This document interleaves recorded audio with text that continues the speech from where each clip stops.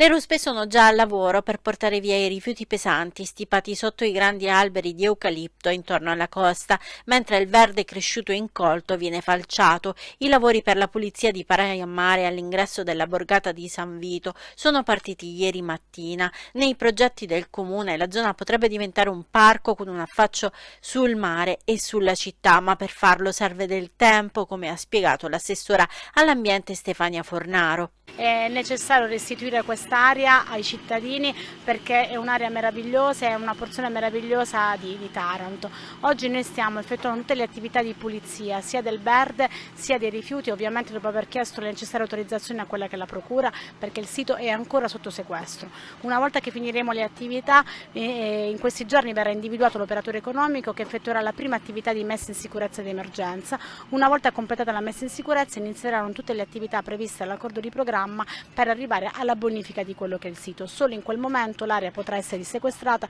e potrà tornare fruibile a quelli che sono i cittadini. Lo scorso mese la giunta comunale ha approvato l'intervento che prevede l'opera di bonifica e la protezione ambientale, indagini geognostiche e rilevamenti topografici per un totale di spesa pari a 183.000 euro. Praia Mare aspetta da tanto tempo di tornare agli antichi splendori e questo sembra proprio il suo momento.